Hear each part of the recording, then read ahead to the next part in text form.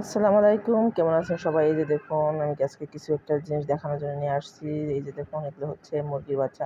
আমি কিন্তু ছাদে শুধুমাত্র যে সবজি হয় তা নয়, এই ছাদে মুরগিও পালন করা হয়, এই জন্য নিয়ে আসা হয়েছে আপনাদেরকে দেখানোর জন্য। এই যে দেখুন, এইগুলো মুরগির বাচ্চা নিয়ে ইসলাম হচ্ছে ভ্যানে যেগুলো নিয়ে আসে সাইকেলে করে, তাদের কাছ থেকে কিছু সোনালি আর কিছু ফার্মি, তারা ফার্মি বলে দিচ্ছে। এখন কী যে হয় আল্লাহ বলতে পারবে।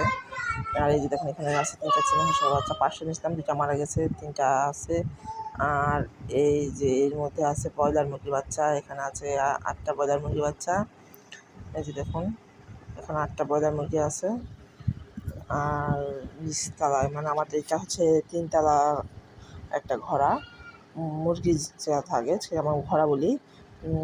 এই ঘোড়ার মধ্যে আছে 3টা থাক, নিচকে থাকে আছে দেশি মুরগি। এই যে দেখুন, এগুলো হচ্ছে সব দেশি মুরগি। তো মুরগিগুলো কেমন বলবেন, আর সবাই মাশাআল্লাহ বলবেন।